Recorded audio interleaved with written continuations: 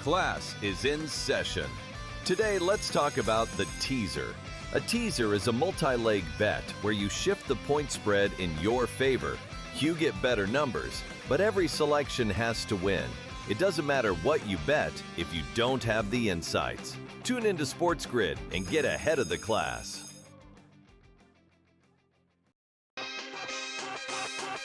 I don't think he was trying to take a shot at the team at all. It was just a plain and simple and obvious fact.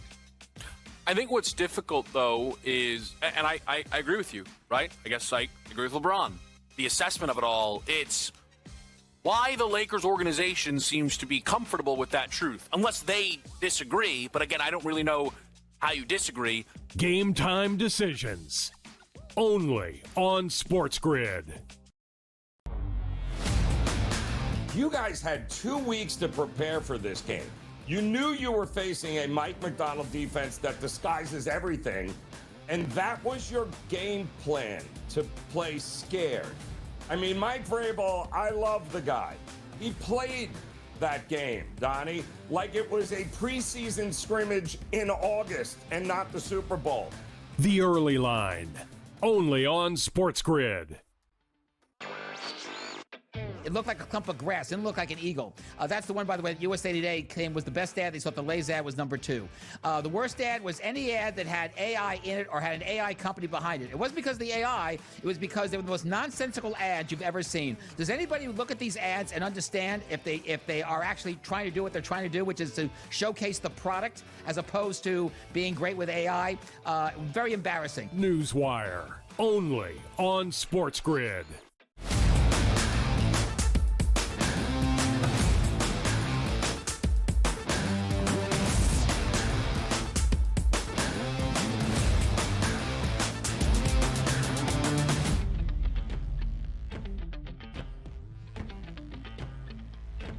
Monday, fun day, people. A lot of people with the day off today, a national holiday. The kids are home at this point. An all-star weekend, Valentine's weekend, and away you go into your work week, which, again, for some people starts on Tuesday. Not for us at the SportsGrid Network. Hold us accountable. We will always be there for you. Donnie Rightside along with Joe Ranieri. 1 hour to go. The hot topics, they'll continue to flow.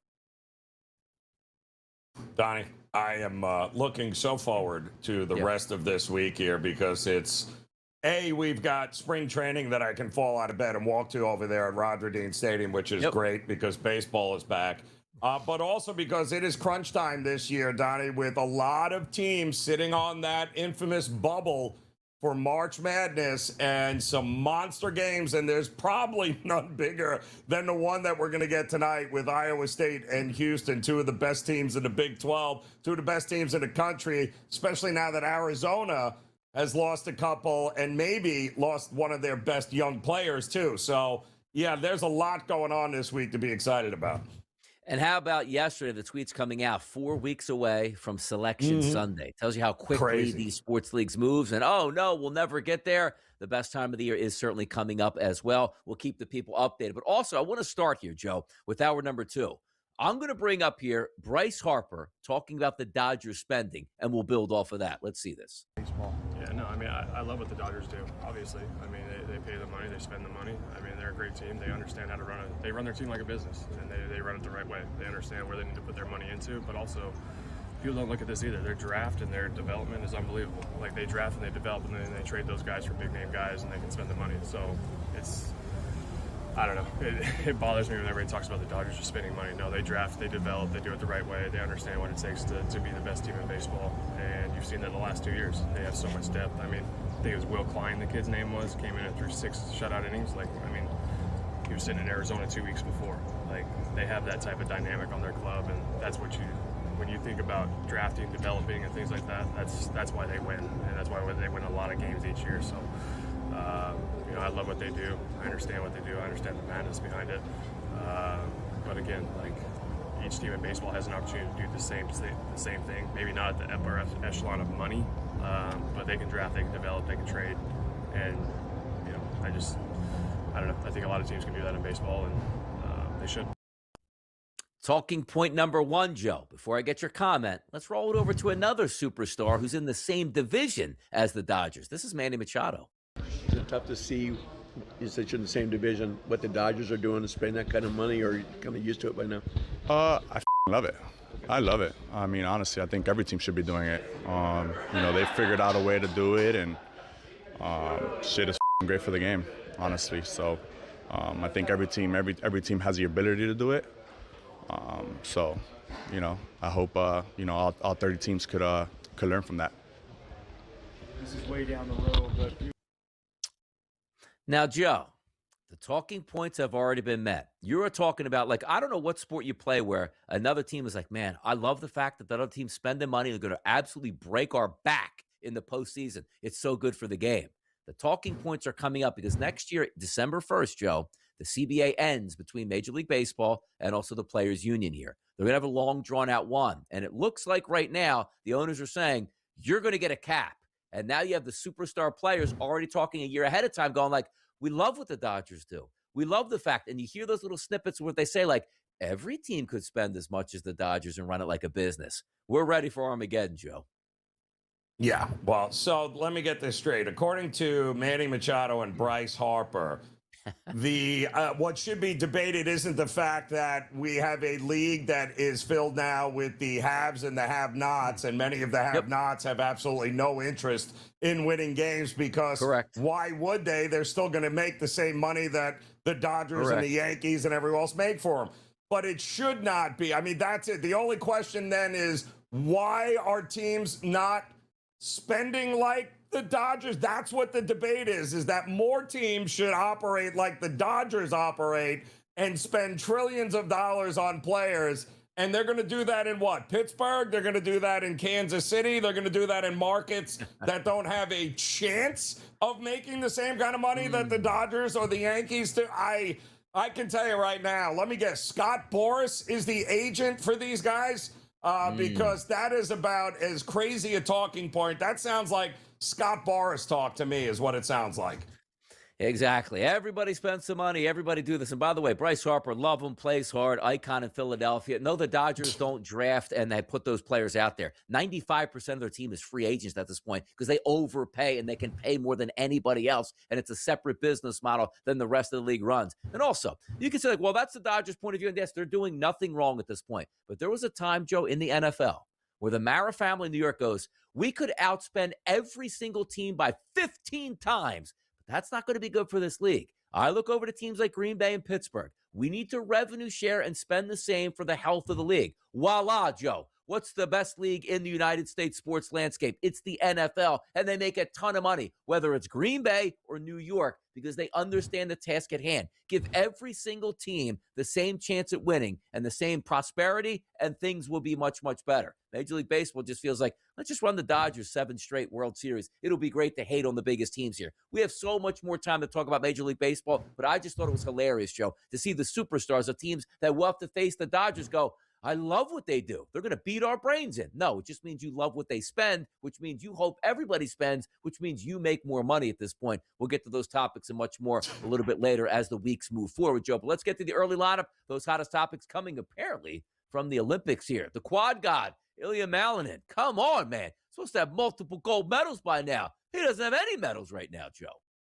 Well, you know what? He's young enough to be able to bounce back here, but this was a... this was a kid that was put up on a pedal, was going to win every gold medal, and then when it did not work out, there's going to be a lot of soul searching going on. But hopefully, listen, right? What doesn't kill you makes you stronger here, Donnie. So I'd be willing to pencil this in for the next Winter Olympics, and let's see how he does there. Yeah, how about that? What doesn't kill you makes you stronger. I heard that song before you at this point. How about Jonas Kleber? What doesn't kill him apparently does make him stronger. The man's got 9 gold medals. The quad god could look for him for some advice at this point. 9 of them. You can't even put those around your neck and stand up straight, Joe. Too much weight. I mean, what is it? The most of any of a Winter Olympian? I mean, that is just, and he keeps coming back and doing it and doing it and doing it. I mean, kudos, Donnie. It doesn't get easier as you get older, right? And these things don't happen every year, right, Donnie? So it's kudos. That's a pretty special record, and it goes a long way into explaining why it is they always win the medal count too in these Winter Olympics. Revamped All-Star Game weekend here, Joe. It's all the stars over the stripes here, and the people, they appreciated the effort. Players show effort. The fans will show effort to watch it. It is not that hard. And that's what you got yesterday with the All-Star Game. Finally, we got effort. Tyler Reddick breaks through here from a multitude of crashes on the final lap, and Michael Jordan, significant. Why? He's the team owner. He gets a Daytona 500 victory as well. Yeah, shocking that Michael Jordan wins something. That's amazing. Never saw that coming there. And the Charlotte Hornets are like, wait a minute, what? He wins in NASCAR, but you can't. Oh, this is awful here. But yes, kudos to his team for winning the Daytona 500. Look, when you go out and play golf, the first thing you look at is what that temperature is going to be. Second thing you look at, Joe, is going to be like, how windy are the conditions out there on the golf course? Colin Morikawa was sensational. Minus 21 here. By the way, had to wait around a long time on the 18th and still birdied it and still walked away with $3.6 million. How about that? Yeah, well, and usually, I mean, over the last couple of years, all he's done is melt down on Sundays with an opportunity to win a tournament. But he didn't yesterday. Kudos to him. No, he didn't. How about Jaylen Brown? Is he melting down? He wants to go UFC. The man's going to have hundreds of millions of dollars. Why get in the ring? Don't do it. Yeah, easy. Yeah, of course, you can say that now when you're playing NBA basketball, but let's see what happens when that's no longer around. And by the way, we did see Manny Machado talking about how much he loves the Dodgers, apparently, and then take shots at the San Diego Padres. That's your rival, Manny. Get it together. Major League Baseball on the horizon. Love to see it. We will be right back.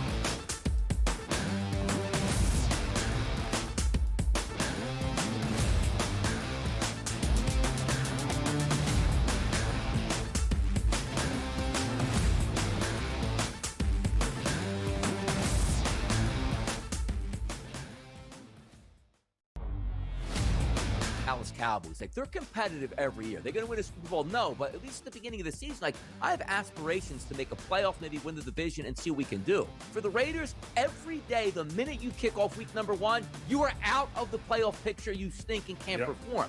That's tough because you don't get a 20-year career as a defensive end typically in the NFL. So your time now is to strike. I have all the money. Now I want to win. The Early Line, only on SportsGrid.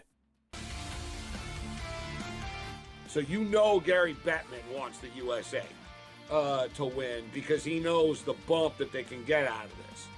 Canada wins, and it's like, yeah, whatever, right? And the level of pressure on Canada in this is next level. It's like it's equivalent to like Argentina in soccer or something, Brazil. It's one of those like, yeah, if you lose, don't bother coming home. Winter Games Central, only on SportsGrid.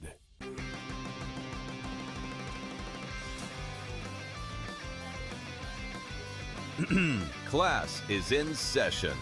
Today, let's talk about the teaser. A teaser is a multi-leg bet where you shift the point spread in your favor. You get better numbers, but every selection has to win. It doesn't matter what you bet if you don't have the insights. Tune into SportsGrid and get ahead of the class.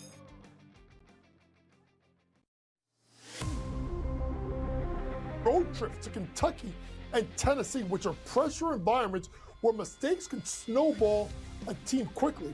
And not even listening to those games there, how about the home games they have left with Alabama and Florida, who bring size, who bring pace, and physicality that punish you on both ends of the floor. College basketball today, only on SportsGrid.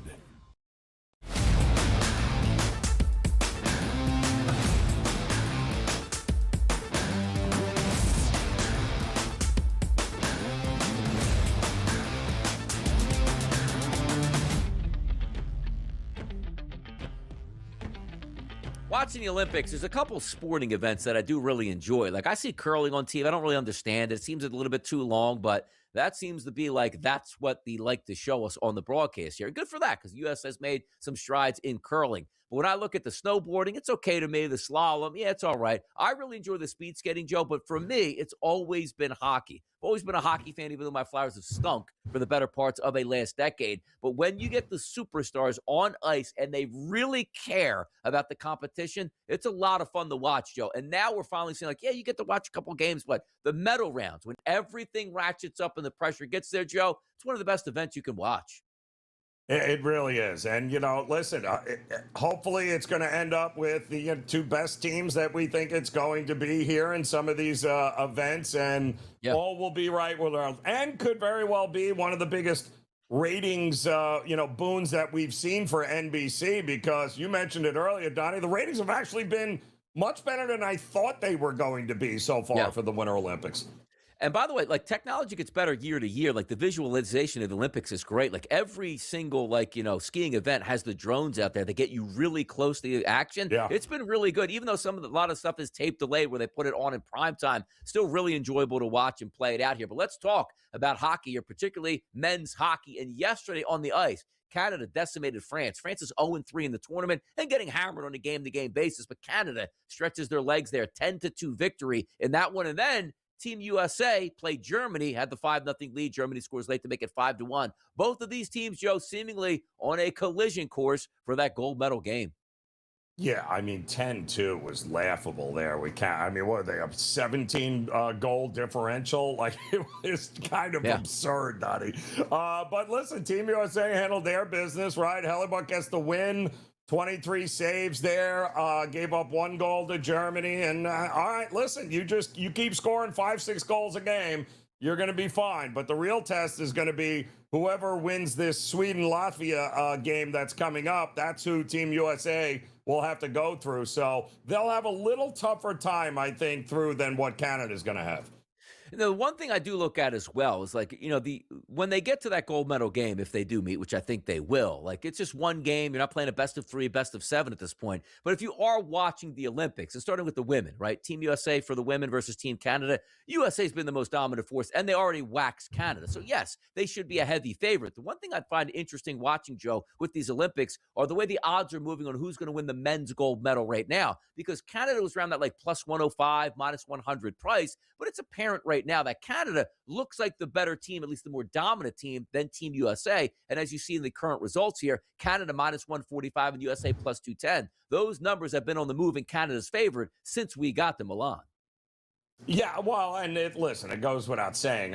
You compare both teams, it's clear that we've got NHL All-Star games, teams set up here. The collection of NHL talent is absurd on both sides. But hey, listen, if I'm Team USA, it's not like they have ever been in jeopardy of losing anything here. And I'm pretty sure they would have dropped 7 or 8 goals on France as well. So I still think ultimately the two best teams are going to face off when it matters the most.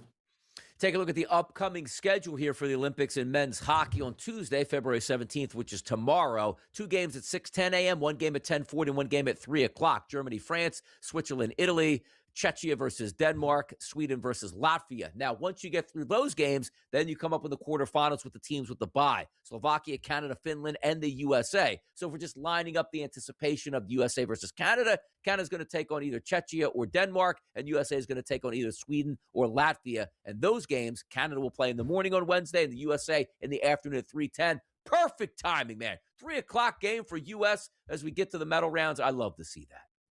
Yeah, you got to love, right, how it's working out as far as that goes, Donnie, from a timing perspective here. But, yeah, the lower number 1 seed should get the lower, the worst of those two teams there, although Denmark might surprise a few people here. But ultimately, listen, Team USA has got to go up against what everyone thought going in was the 3rd best team, right, in Sweden. Yeah. So they make it through them rather easily. Then we're on a collision course for exactly what we thought we'd get.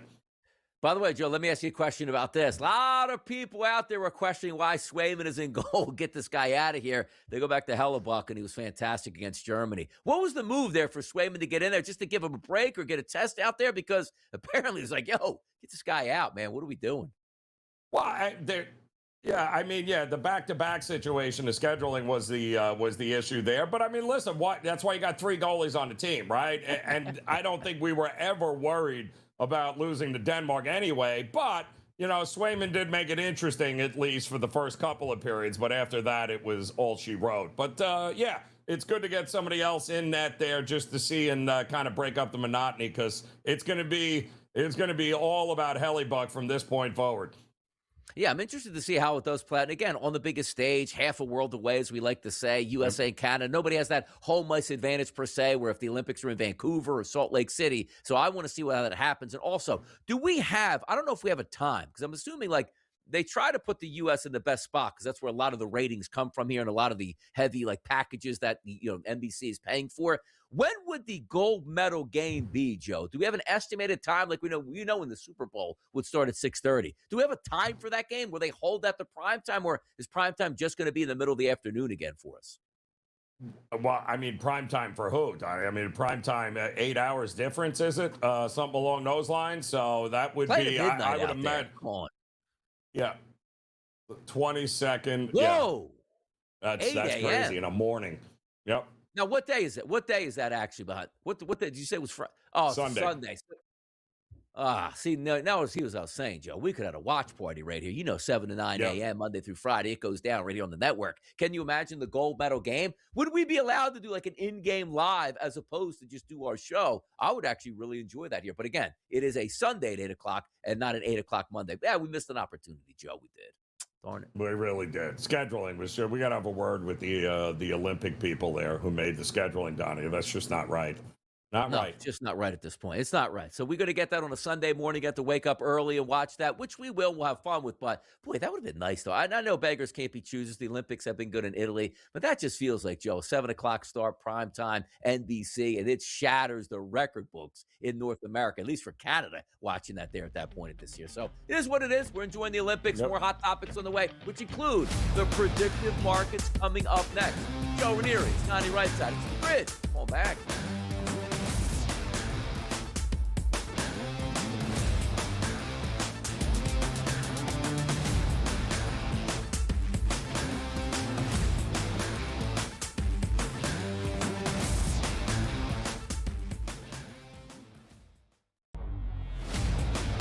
Cowboys. Like, they're competitive every year. They're going to win a Super Bowl? No, but at least at the beginning of the season, like, I have aspirations to make a playoff, maybe win the division and see what we can do. For the Raiders, every day, the minute you kick off week number 1, you are out of the playoff picture. You stink and can't perform. That's tough because you don't get a 20-year career as a defensive end typically in the NFL. So your time now is to strike. I have all the money. Now I want to win. The Early Line, only on SportsGrid.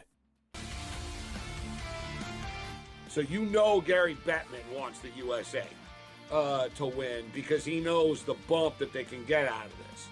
Canada wins, and it's like, yeah, whatever. Right? And the level of pressure on Canada in this is next level. It's equivalent to like Argentina in soccer or something, Brazil. It's one of those like, yeah, if you lose, don't bother coming home. Winter Game Central, only on SportsGrid.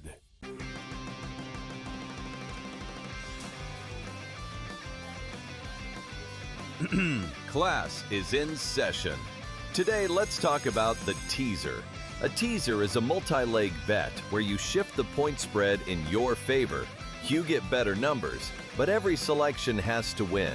It doesn't matter what you bet if you don't have the insights. Tune into SportsGrid and get ahead of the class.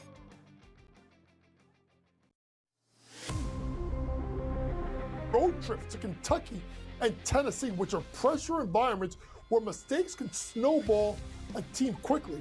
And not even listening to those games there, how about the home games they have left with Alabama and Florida, who bring size, who bring pace, and physicality that punish you on both ends of the floor. College basketball today, only on SportsGrid.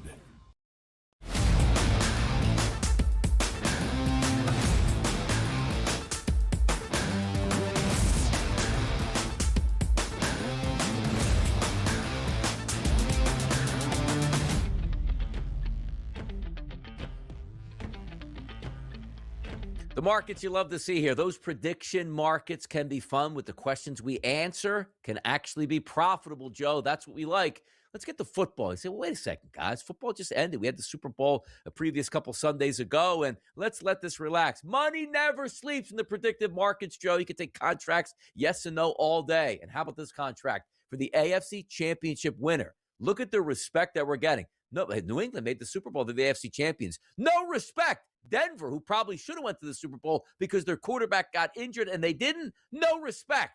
The usual suspect, Joe, getting respect. Buffalo, 15%. Baltimore, 12%. Kansas City, 12%. They just can't shake those teams. Why? Because they got the premier quarterbacks, and those are the adjustments you need to make to your roster. You need to have the good quarterback, Joe. So how do we look at the AFC Championship winner this year? None of the up-and-coming guys? We're going right back to the old guard, apparently. Yeah, well, I mean, the old guard has the franchise quarterback, so it's kind of hard not to look there. But, a lot of those old guard teams have new faces on the sidelines calling the shots, and that's going to be interesting here because a lot of those new faces aren't exactly the most experienced ones either. So I think there's a lot of up in the air here. This, if you're going to look any year, if you want to go old guard, what's the one constant there? Well, Andy Reid's going to be there. Mahomes is going to be there, and they've been there before. The Baltimores and Buffaloes of the world, what are we going to get from them with the new people in charge? I don't know. How about this? You got to love this. Like, Miami's looking for a complete rebuild season. Pittsburgh looks like they got Mike McCarthy and are going to bring back Aaron Rodgers for a chance to go at it again. Did you know, Joe, both of those trading? 3%.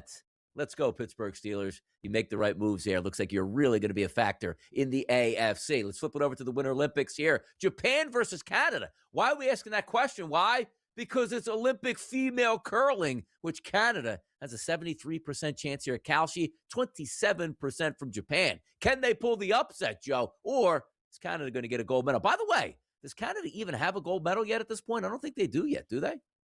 Yeah, that's a good question with the medal count here, Donnie. Yeah. I don't think at least they had not earlier, but that's kind of crazy when you think about it, Donnie. Canada has, yes, they have 1 gold, 4 silver, 5 bronze, so 10 altogether at the very bottom of that list here, though. But yeah, I think, listen, favorites for a reason here, especially when it comes to curling. If it's one thing that we've seen, is that, they've been pretty spot on so far to predictive markets with some of these events in the Olympics, and there's no reason to go against it here.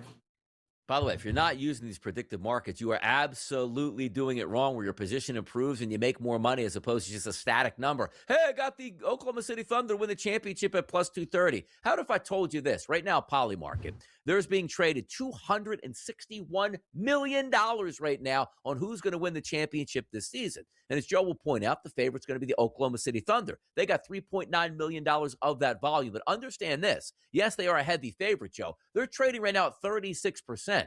Let's just say they go along with the number 1 seed and they win a playoff round. They're now trading, Joe, at 45%, and then 50%.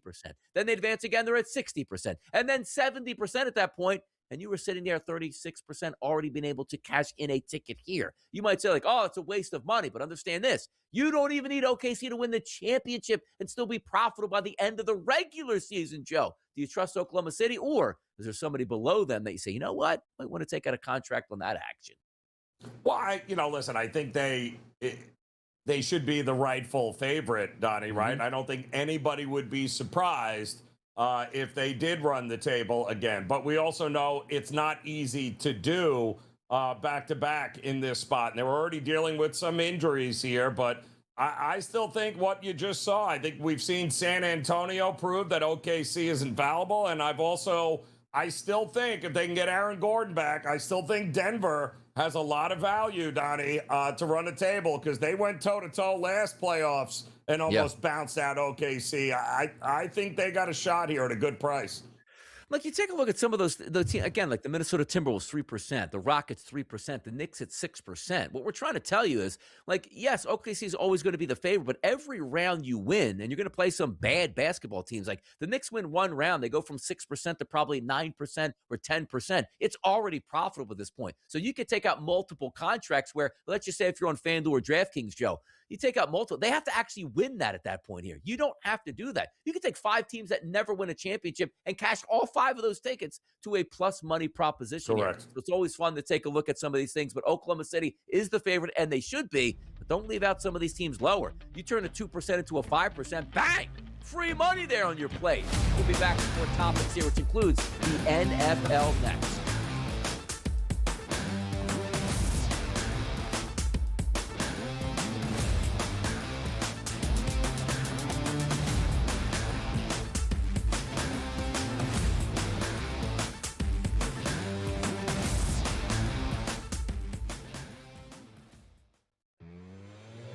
We went against this god-awful biggest waste of human flesh and basketball uniform Western Illinois team last time out. Remember, they actually won a game against Eastern Illinois, only their 5th win on the season, 5-21, only their 1st win in conference play in the Ohio Valley. They're hosting Little Rock. You know, Little Rock is 6-8. They're halfway decent. I mean, they're better than 5-21. In-game live, only on SportsGrid. They're probably not going to take a lot of Seattle bets. Putting Kansas City at the same number as Detroit or behind LA, way behind Green Bay, way behind Buffalo or Baltimore, who they beat every year, it feels like they are asking for Chiefs money. That would be my read on it, which I feel like usually the idea, Cam, is they never have to ask for Chiefs money. Game time decisions, only on SportsGrid.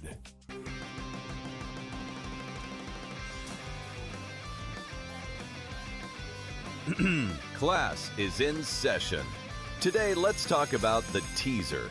A teaser is a multi-leg bet where you shift the point spread in your favor. You get better numbers, but every selection has to win. It doesn't matter what you bet if you don't have the insights. Tune into SportsGrid and get ahead of the class. Was last night so tough for you to swallow that you now want to get rid of the owner? Yeah, that's right. Because the big bad Knicks came into town off an embarrassing loss. On a and you back-to-back. guys were flexing your muscles They about were not how flexing anything. we're back. Nope. We're back. And you lost by 50. Yeah, well, this is the problem. Let's make the owner sell the team because he ducked the luxury Sixers tax. can't compete. The Craig Carton Show, only on SportsGrid.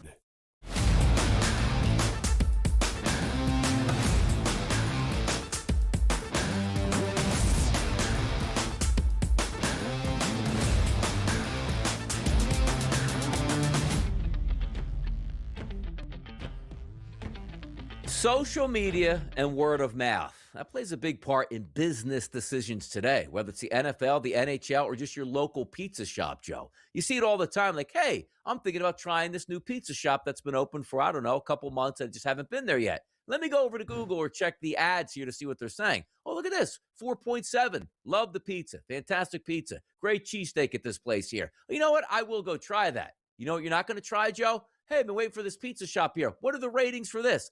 Ooh, 2.9. Bad results, bad pizza, horrible customer service. Yeah, I'll stay away from that. The reason I bring this up is the NFLPA was absolutely genius a couple years putting in quote-unquote anonymous reports for each teams, and they make up to say, if your owner is actually providing what the players want or are they slipping on it, we're going to blast you nationally. And it's changed a lot, which means if an owner is embarrassed, they upgrade the locker room there. They upgrade the food options here. They make the plane more comfortable. They get better hotels for the players. You get the point. But somehow, some way, the NFL owners didn't like this because they don't want to be embarrassed and or spend more money. So they got a court and a judge to say you can't actually do that anymore. How did they do this, Joe? How this even went to arbitration is hilarious. But I guess the arbitrator basically said now that those results cannot be given to the public. Can you imagine that, Donnie? They can't be given to the public. So they don't want any of the outside pressure that the public brings. And also, it's a great negotiating tactic, right, for agents and everything else. But if you think that is somehow not still going to spread among the players and everybody else, at some point, Donnie, that information will be leaked somewhere else. They'll release it, but they'll leak it. I can promise you that. And by the way, it's not just like we see it sometimes like, hey, somebody's political feelings here, and then you go to Google and you say the restaurant sucks or the restaurant's great based on that. Like, you usually get to the even shot. Like, yes, there's going to be players on your team that like the owner because they paid him a lot of money. And I got cut last year, cut through the middle of the season, and I still have this. I'm going to say it's the worst ownership group there is. We get that. But there are teams out there, Joe, that aren't even great organizations, like the Miami Dolphins get A-pluses across the board. Because Stephen Ross is like, well, I might not know how to pick a coach or run the organization, but these players are paid well, treated well, and they don't have to worry about everything here. Then you take a look at like the Bidwell family and Woody Johnson, where it's like, we're going to give you straight Fs because you have no idea what you're doing. Yes, you might spend some money, but our life is horrible coming to work because you're the ownership group here. That goes a long way to getting things changed. And also, it embarrasses them. When you see stuff down the line, like, what don't you like about this organization? It's like, I show up to work and all of my friends on other teams have steak at lunch and private chefs. I got to pay $3.99 a day because I want scrambled eggs in the morning. Like, what are we doing here? Like, that means something to these players. Listen, Donnie, any corporate company that you've ever worked for spends millions in consultants who every year, Donnie, take these surveys and tests, and then they review them, and they're supposed to be used to help the ownership and management get more production, right, and how to be more efficient and get, make sure that everyone's on the same page. Only the NFL owners are like, yeah, we don't want that. Like, we don't care. No, like, you can give us the information, but just as long as the public doesn't know how bad we truly are at running this thing. But I guess what? It's the worst kept secret anyway. We already know what teams and ownership groups are the worst. Like, you could see and be like, well, I'm going to take everything with a grain of salt. Like, every owner gets an F. Nobody likes where they work at. Like, no, again, as I said, there are organizations that are ranked really high where the players like, you know what? I appreciate coming to work because they make me feel comfortable and make my life easier. Even if it's like, oh, they make a lot of money, what are they complaining about? You know what they like? When the wife comes to the game with 2 toddlers and can go downstairs and put them in the Bengals, family room here, and they have trained people there that watch the kids. You can enjoy the game. That goes a long way for the players, as opposed to a lot of these organizations go, okay, we have these rooms set up. It's $75 an hour for 2 kids. We'll drop it down to $50 an hour. Like, even though they make a lot of money, it just eases it on the players at this point. By the way, did you still know, Joe, like, some of these organizations don't even have their own practice facilities yet, where some have glacial prospects over 50 acres here, where the players go, man, this is like a home away from home. And then there's the Bengals. It's like, yeah, you use your stadium locker room, and then you got to walk across 2 streets and cross a bridge and then get to their practice facility. Make it make sense. It doesn't. But it's funny that Woody Johnson is like, yeah, you know what? This has to go away. Why? You don't hear Stephen Ross going, this has to go away because he gets A+ across the board. So funny to see this play out. But also J.J. Watt responding with, yeah, you know what? Somebody just might take a snapshot picture. It's 1,000% going to get leaked out to somebody, the full report, and nobody's going to be able to pinpoint who actually leaked it. Therefore, it'll do the same thing to the owners. Yeah. Basically, the report cards are supposed to allow players to, basically say, hey, here are the grades on a number of different categories, right? And boy, oh boy, the results were always released publicly, but now, Donnie, they're going to be released anonymously, and they are going to be leaked to a handful of guys, and that's going to be the end of it. It's going to be great. I can't wait for it to happen. It's fun. Like, you do more harm than not. Like, the NBA, the NFL owners should embrace something. You know what? This is healthy here. We like to hear honest feedback. Doesn't everybody always say that? I just want honest feedback. They're getting it, but they don't like it because it might embarrass them. Stop the madness at this point. Love the fact of what they're doing here. How about this? Derek Carr, thinking about unretiring here. What has he won in the NFL? He's made a ton of money. But who would he come back to? And also, look at his quote. I would play again for a team with a chance to win a Super Bowl. If you're going to win a Super Bowl, you ain't the quarterback. But that's interesting, right? So if he's able to come back, where would he come back here? I mean, he finally got a chance to actually get healthy, because he's another one of these guys that's been so beat up over the years. I don't know if New Orleans still has the rights to him or not, if he was to unretire. But that would be interesting. They do. So that would be interesting if he wants to come back. We'll see. Look, in a quarterback-needy league, somebody's going to need him. But I just like I'm coming back to win a Super Bowl, and like the best. Like, hey, Patrick Mahomes might not be ready for the first month of the season. I'm going to go to Kansas City. Who knows where he's going? But interesting here. When you see all those dollar signs, sometimes you just come back to the ring here, and maybe he's going to do that. Also, the Seattle Seahawks, who did lose their offensive coordinator, no surprise to the Vegas Raiders, that was Mr. Kubiak. He's getting replaced here by somebody from the San Francisco 49ers. Little in-house action there. So we go from the Niners up to the Seahawks here as they welcome Brian Flores, the new offensive coordinator. Yeah, I'm sensing a theme here with the NFC West, right? They're just poaching all of their the offensive guys from 2 of the, let's face it, 2 of the best offensive game callers with Shanahan and McVay anyway. So any part of those trees are likely going to get opportunities to be OCs in other places. By the way, Joe, you're struggling right now with the Twitter outage right now where you can't surf around and get that information you need. That's why you got to come to the SportsGrid Network. Whether Twitter's up or down, we're here ready to provide that information to the people. Now, I'm going to ask you this next question. Has anybody ever just pleaded guilty out front like Stephon Diggs? He's going to trial probably, and maybe it equates to he's going to lose a lot of money because he's going to get sued and also maybe not be able to play in games in the NFL. But he comes out and goes, you know what? Not guilty to all charges here. I'll see you in court. Shocker, right? Didn't see that coming. Thought for sure he would have been like, you're right about me. After the Super Bowl. I'm an awful person. Yeah, I'm terrible. I should be guilty. Nope, you're going to get it. Not me. I'm sorry. Not guilty. Doesn't have it. Such a weird cat. I mean, really is. It was weird in Buffalo. It's even weirder in New England. It's not going to be good here. Some dudes, wide receivers, Donnie, you know all about them in Philly. We do know about them. But by the way, at least our wide receivers in Philly didn't have like 4 new baby mamas in one calendar year, what apparently Stephon Diggs did. But honestly, put that graphic back up with Stephon Diggs, because this can read a lot of different ways. Because I know he assaulted in the past, which is what he's getting trouble for. But the way TMZ wrote this, Joe, Stephon Diggs pleads not guilty to assaulting his chef days after the Super Bowl. Sounds like he beat up the chef again, the way that reads. Yeah. Yeah, and shocker. That's exactly what he's probably still mad that he only got, a couple of catches and targets there at the Super Bowl. So, yeah, I'm sure he's, he is a bit of a loose cannon there. But good luck there, Vrabel and New England. What is that child support going to look like, Joe? 4 new kids in a year? Man, he's going to have to play for he's like 55 years old, man. He can't even name his own kids' names at this point. We'll be right back.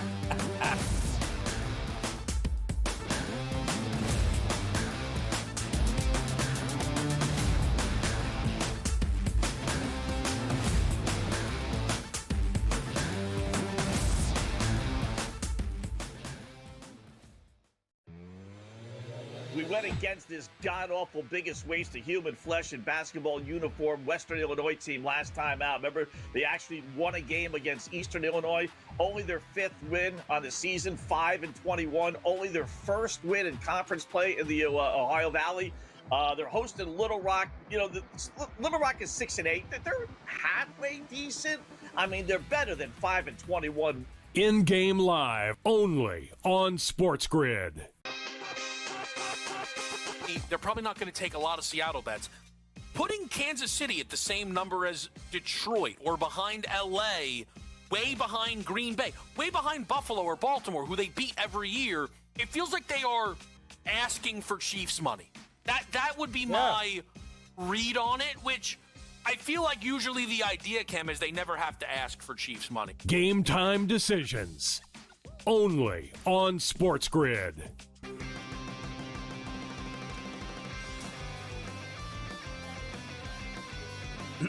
Class is in session. Today, let's talk about the teaser.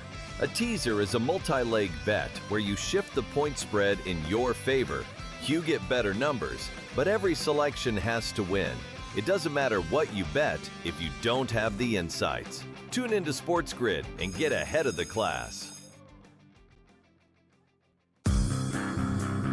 Was last night so tough for you to swallow that you now want to get rid of the owner? Yeah, that's right. Because the big bad Knicks came into town off an embarrassing loss. On a back and you to guys back. are flexing your muscles They about were not how flexing anything. we're back. Nope. We're back. And you lost by 50. Yeah, well, this is the problem. Let's make the owner sell the team because he ducked the luxury Sixers tax. can't compete. The Craig Carton Show, only on SportsGrid.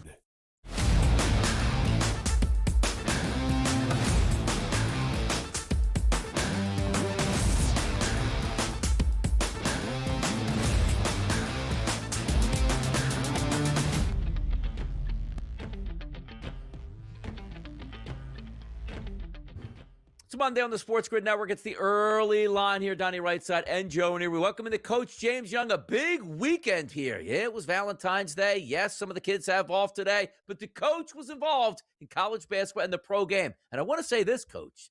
Do we have an all-star Sunday afternoon moving forward that the people actually want to get involved in? It's amazing. Like, did the NBA get some of All-Star Weekend right?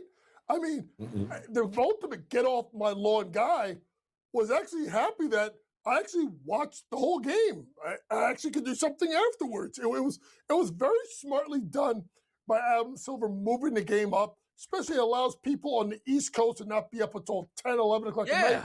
Kids could watch the game. Kids are off school today. So I thought it was really smart by the NBA guys to start the game earlier in the afternoon. And then with the shorter format of games, I think it actually kept people more interested in the game because of the games being so quick as they turned over.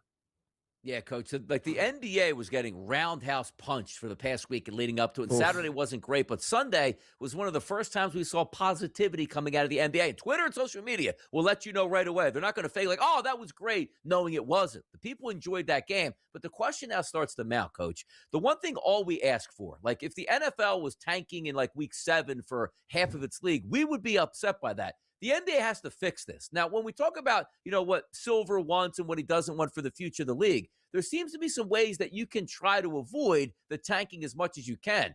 Putting out scenarios like you're just going to have no draft or everybody's going to have the same amount of odds. What do you think the NBA can do, Coach, to handle the tanking? Because all we want is an honest approach, handicappers and fans alike, on a night-to-night basis. That's all we ask for. Yeah, there's got to be some kind of reward for having a better record. Guys, I wonder if moving the trade deadline back further to later in the year could curtail teams from tanking. I'm not saying have it at, 10 games left, but maybe 20 games left. Allow that regular season to play itself out longer. I don't know if you can do anything in regards to now with them going with expansion and going to 32 teams. Maybe you increase the number of teams that can make the playoffs. Maybe you jump that a tiny bit just to give teams a chance. But it definitely is a watered-down product, guys. And really quick, back to the All-Star game. You guys notice, I've been saying it for 2 years. When you watch the Olympics, they had to go world versus USA. That was the only way you could get this. But then, when you get the best, arguably the best player, young player in the world, Wembanyama, basically talking about how he wants to win and makes a statement early on, guys, it woke everybody up. So shout out to Wemby and all those guys that played, at least on Sunday. Saturday night sucked. Besides Dame Lillard, same thing. Get the superstars to do Saturday night. I want Ant Edwards in a dunk contest. I want the best three-point contest in the last couple of years is when Curry went against Sabrina Ionescu and almost lost. So to me, Saturday night, more money for them. Put the top guys in the game. Keyshawn. Was it Keyshawn Johnson? Keyshawn John? Whatever that guy's name is. I don't even know who he was. I knew he played in Arizona. I know that much. The only thing missing, Coach, was like a ceremony for Chris Paul in the Clippers building for the All-Star game. That felt like the only thing that was actually missing. And it turns out, I guess he's hanging him up. And it feels like he was just done dirty. I mean, a guy with his kind of career should have been able to go out on his own. No, Coach? Well, listen, he went back to the Clippers. I guess he was trying to run the timeouts and run the matchups, and him and Van Gundy got into it. I mean, at the end of the day, listen, Chris Paul is an all-time great. Did he deserve to go out a little bit better? Yeah, probably. But this is where it is. Sometimes these guys hang along for too long, and it's just not a good spot for him. But, he's obviously a first ballot Hall of Famer. Great point guard. It's a shame that guy could not get a ring like a lot of other these great players. Coach, I want to talk a little college basketball now, and you as well as I and Joe, like we enjoyed in the 1980s and early 1990s. Big East was the basketball conference you had to enjoy. We got a little bit of that flavor. Here's Rick Pitino talking about Providence and St. John's, the Rumble. I think you saw it as well as me, but I didn't have the film in front of me to look at everybody. But, you can't you're not supposed to come off the bench, but you can't let your players get beat up, so. Did they tell you what Dylan did? Because we didn't see anything. I didn't see it. Look, it was a tough game to officiate. Certainly, the crowd, I think, lost objectivity of what they're here for. If they're just here to poke fun at Bryce Hopkins and not get a win for the Friars, that's not the Friars I remember in '87. So I think you got to try to win. And we're really excited to get a W because we were without a lot of players, and we still came away with a victory. So I'm proud of our guys. Look at that, Coach. Big East basketball feels like it's back. All right, listen, in the 80s, that was just a day that ended Y in the Big East when you had fisticuffs. But listen, Rick is right. They have not been relevant since either the short time with Ed Cooley or in '87 when obviously he took his team to the Final Four with Billy Donovan. But for Providence, it was just a bad of all accounts. I talked to some officials, and it was a tough game to officiate. They did the right thing throwing the guy out, throwing Powell out. Obviously, he got 2 extra games by the Big East. Kudos to the Big East for adding on to his suspension. But at the end of the day, I mean, he only got 3 games. I mean, he's got my hair, whatever that thing in the back, that chia pet he got grown back hair. He should have got 5 more games for that haircut. Lord have mercy. Unbelievable. So what do you think of these Johnnies, though, here, Coach? They got a shot at making some noise come March Madness. Could they take down the Big East? Style make fights. Obviously, they're the favorites are still UConn because obviously St. John's has got to go up to Connecticut to play them. But listen, the way that they're playing, the way Zuby's playing, Dylan Mitchell's been fantastic. And Rick Pitino's starting to trust that bench a little bit, play a little bit more guys, and start to get to that up-tempo style of basketball that we've seen out of Rick Pitino. They're going to be dangerous in March. But, guys, you know how it is. Styles make fights. It'll be very interesting. It's going to be a lot of fun watching college basketball the next 6 or so weeks. Coach, how about Styles make fights? Jerome Tang is out at Kansas State, and they're telling him, you did it to yourself. You don't get $19 million. Who's going to win that fight for the $19 million, Coach? Sure. He getting all $19 million. But here's the problem. Peggy Fresh, you pick the guys. This is your fault. But give me the money. Pay the man, Coach. Take us to break. Give us some. Please, rotation. Splash. Yeah.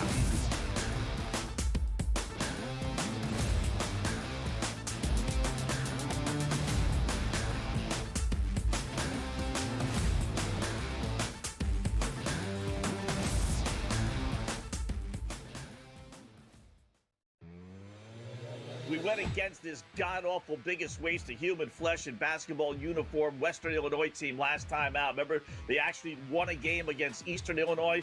Only their 5th win on the season, 5-21. Only their 1st win in conference play in the Ohio Valley.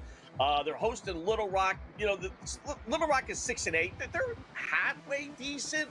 I mean, they're better than 5-21. In-game live, only on SportsGrid. They're probably not going to take a lot of Seattle bets. Putting Kansas City at the same number as Detroit or behind LA, way behind Green Bay, way behind Buffalo or Baltimore, who they beat every year, it feels like they are asking for Chiefs money.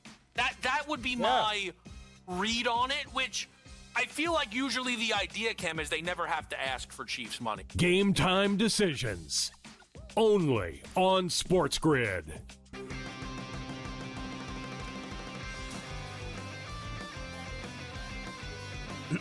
Class is in session. Today, let's talk about the teaser. A teaser is a multi-leg bet where you shift the point spread in your favor. You get better numbers, but every selection has to win. It doesn't matter what you bet if you don't have the insights. Tune into SportsGrid and get ahead of the class.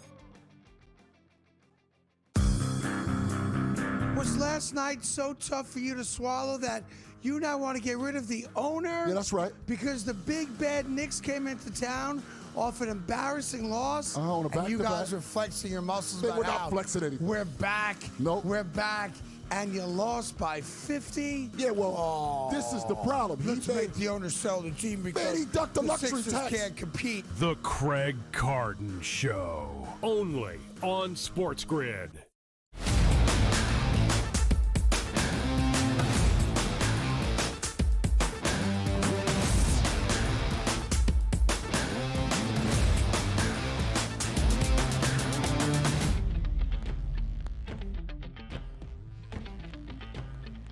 Hot topics, we love them. One of the hottest topics this weekend came up for Jaylen Brown. It's like, hey, All-Star Weekend should be a great one here. But Jaylen Brown, Joe, was talking about UFC. What's he talking about here? To be honest, I've toyed with this. I've talked to some people, maybe post-part of my career, I would love to partake in something like UFC or even boxing.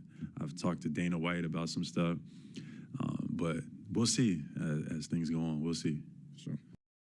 correct me if I'm wrong, he's the highest paid player in the NBA. Why would you retire and be a little bit older and then get into the ring? I don't care if it's boxing or UFC. Like, cripple yourself is a possibility? What are we doing? It sounds like he's might have already taken one too many shots to the head, Donnie, is what it sounds like, because I have no idea what he's talking about at all. Like, with that much money, listen, that's why in the UFC and MMA, Donnie, the minute those guys get that big, the Conor McGregors, the Ronda Rouseys of the world, you know what happens to them? Boy, that edge goes away rather quickly, doesn't it, Donnie? That hunger goes away. So I'm not quite sure what Jaylen Brown would do in a ring. Boxing, I get, because you're likely just going to fight Jake Paul anyway, who we get, and get the bag. But nothing to do with MMA. Absolutely not. Certainly not. I'll tell you what is hard to do. Standing around for a long time in cold, windy weather and say, you know what, I got $3.6 million coming up on this next shot. And I got to wait around on it. Here's Colin Morikawa talking about the win yesterday at Pebble Beach. Colin, to win at Pebble Beach, if we can get some comments on what it means to you. Just like iconic venue. It's weird, I think growing up, you think about the majors. You have this separate list of golf courses that you just want to go play as a kid and just go play when you turn professional. And I'd say Pebble Beach is exactly on top of that list. Just so much history, very iconic, like I said, and probably one of the nicest places I've ever been to in the world. And, watching year after year, last couple of years of coming here, watching those guys hoist the trophy, walking down 18, you want to be in that position. This was my second ever start as a pro at the U.S. Open out here, so just good memories going all the way back there. But overall, just thrilled with how this week played out. Is there any better job in the world, Joe, than being an elite golfer? There's no better job in the world. No. Well, don't forget, this was a guy that had two trophies, major trophies there before he turned 25. Now, and he hasn't won since. And he's been absolutely, he's fired like 3 caddies. He's gone through 14 different putters trying to figure it out. But he might have actually turned a corner. It was good to see him actually not lose this tournament like he has over the last 4 years. About a month and a half away from the Masters tournament, and I can't wait for the azaleas to be in full bloom and the weather to get here. But before we do that, Joe, let's reach out to the public here and see where they're going on our Fade the Public poll.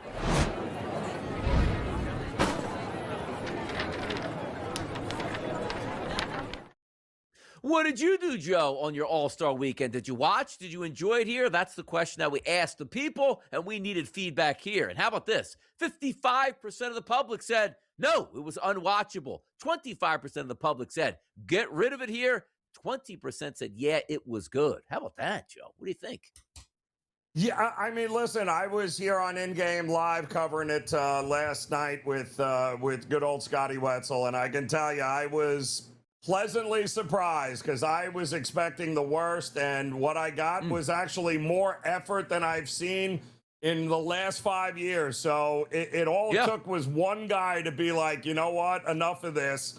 I'm out here. I'm going to be playing to win. And it elevated everybody else around him. So kudos to Victor Wembanyama, who was the real MVP this weekend as far as I was concerned.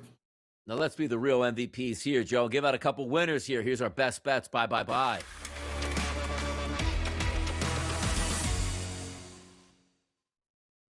Fire away, Joe. What do you got?